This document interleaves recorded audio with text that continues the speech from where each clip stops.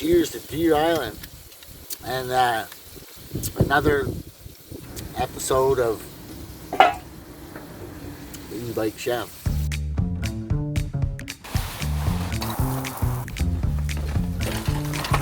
Smoke is really, really nice.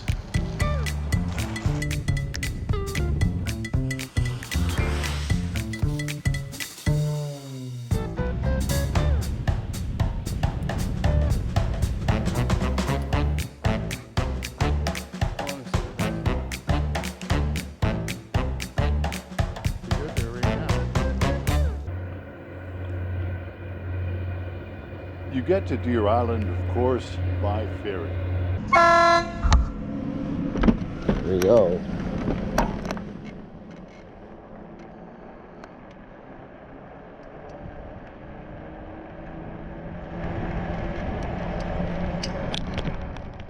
And if you mess up and miss the ferry, you get the pleasure of being the first aboard when the next one arrives. Thanks. And this is a crossing that feels a lot like a sightseeing cruise. You'll soon be winding through a chain of islands. Most are untouched, lush forests and beautiful beaches set into the rock. Each one manages somehow to be more inviting than the one before. And believe it or not, it is free. A scheduled service leaving the mainland at Letite every half hour. Deer Island got its name, according to the creation story of Eastern First Nations, from Glooskap, who, legend says, saw a group of wolves chase a deer and a moose into the sea.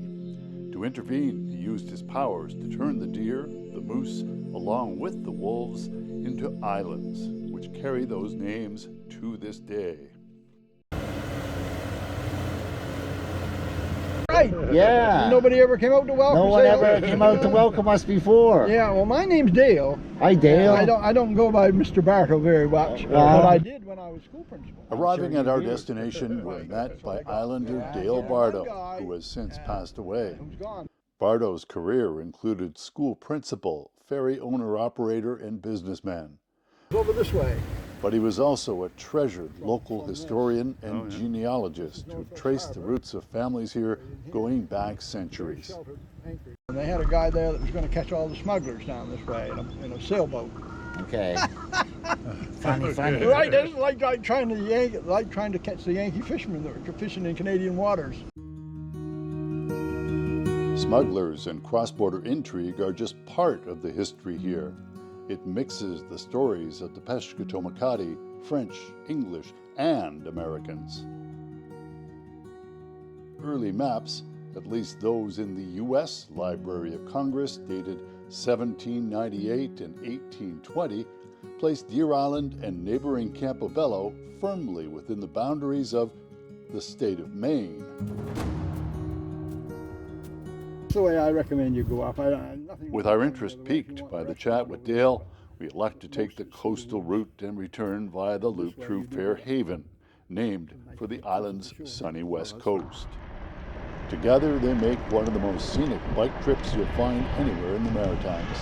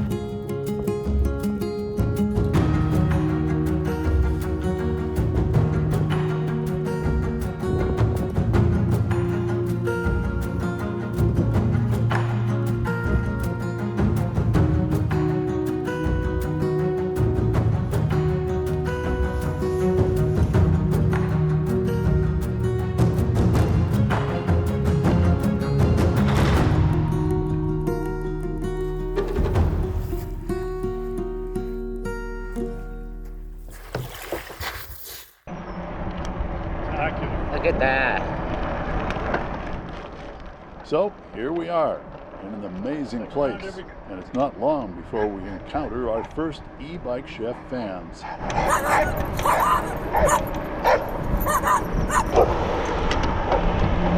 Who may have sensed what Scott has packed for lunch. Hey, Connell. Yeah, Scott. Starting to get hungry? Today, we're having some scallops. Right on. Bay of Fundy Scallops. So, scallops. They're definitely local and just about everybody loves them. But in the Lasky household, that love is on an entirely different plane. And we're going to get some help today from Scott's daughters, Alex and Lucinda, to describe this particular dish, which they've dubbed Scallops St. Scott. I'm Alex. And I'm Lucinda. And we're the e-bike chef's daughters. And this is Charlie. And he's the e-bike chef's granddog. I heard that Scallop St. Scott is on the menu. And it's one of my personal favorites. It is loosely based on the traditional French dish, Scallop St. Jacques, but in true dad fashion, he followed none of the instructions and made it entirely his own. That family favorite seafood treat is on its way. But first, we continue down the length of the island. Cute as a bug's ear. Around every corner, a new cove, serving either traditional fishing or the aquaculture industry. Biking the long sweep down the busy dock at Leonardville is a must.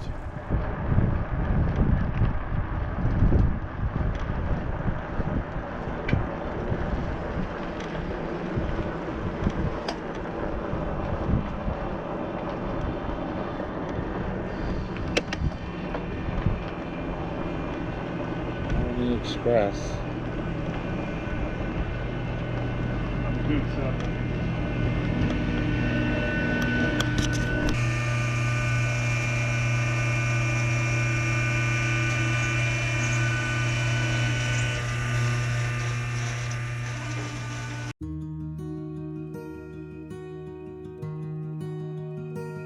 The route also takes us past the Clark Gregory Nature Preserve, with separate areas on either side of Chocolate Cove. A small cabin in the woods offers a peaceful spot to spend some time.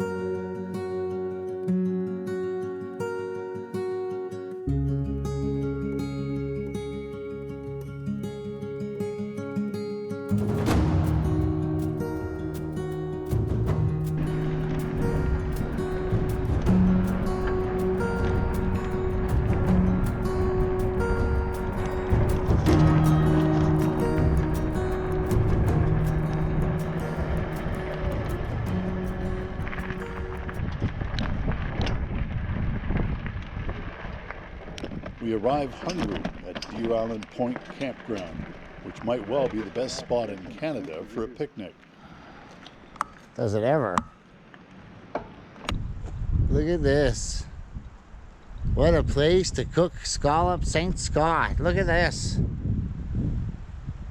Across the way is the island's famous neighbor Campobello, home as well to a long-standing fishing tradition. It is also host to the well-known Roosevelt Campobello International Park. And it's reachable by a short, hourly car ferry service. The coast of Maine, the real international border, is just to our right. There's some scallops there. It's time for lunch. We have some tomato, we have some thing, we have there, we have here. We have a nice baguette there.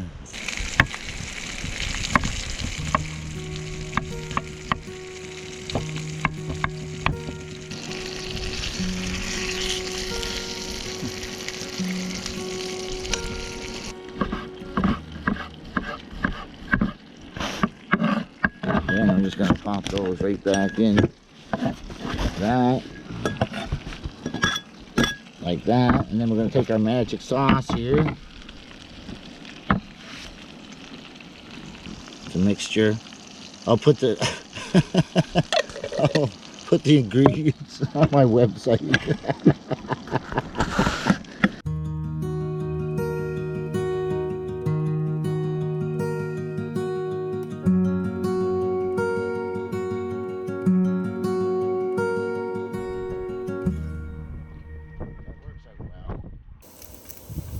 We're gonna try and keep some of that fat around. We're gonna use it to cook some of our scallops along with some butter. So you need scallops. We have used fresh or frozen throughout the years, but make sure you keep the scallop juice. In fact, that might be the most important ingredient. You use that to make a kind of gravy sauce with cream and lemon juice. Oh, look at that.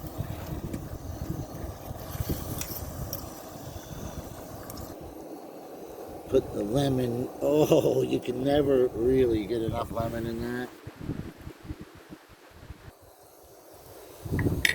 Then we get our shells here. The scallop shells that we typically use are ones that we've collected as a family throughout the years along the coast of the Bay of Fundy, in Dipper Harbor and in St. Martin's. We're gonna take this and we're gonna put a couple of these in there. Oh, and some sauce, lots of sauce. All right. Scallops are rich. You really don't need a lot of them. They're like a really rich food, and you'll find that 5 or 6, or you know what I mean, these are big ones, so there's, you know, I try to divide everything evenly here amongst them. There's 4 big ones, 5 little ones, this, whatever. And then this one here seems to be lacking sauce. We gotta get the sauce in there. And unfortunately in my kitchen I would have a spatula, because every little speck of garlic, ooh baby. There's 3 cheeses here. Old white cheddar, old yellow cheddar, and Parmesan. Hard cheese. Now we crunch up the bacon, look at that. Crunch up the bacon, crunch, crunch, crunch. Crunch, oh look at that. Bacon, possibly the world's most favorite food. Now we take that bacon and we line it right around there like that. And then top it with some paprika, green onions, just add a little bit of color and add that, you know, visual flair. Visual flair. You need a pop of color. It's so delicious. It's just lemony snicket. Look at that. Just a little sprinkle of paprika, and that just makes it look, you know what I mean? Makes it look hot, to be quite honest with you. And then we sprinkle it. Ooh, look at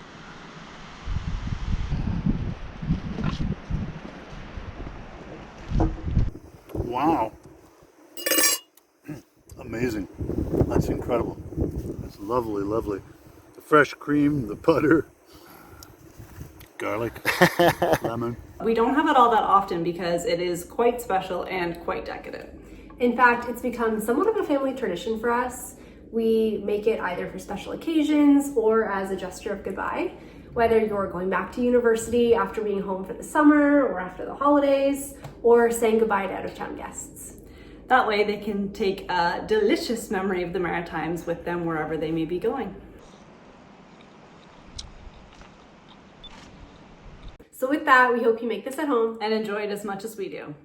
Love you, Dad! Cheers, Connell! Charlie.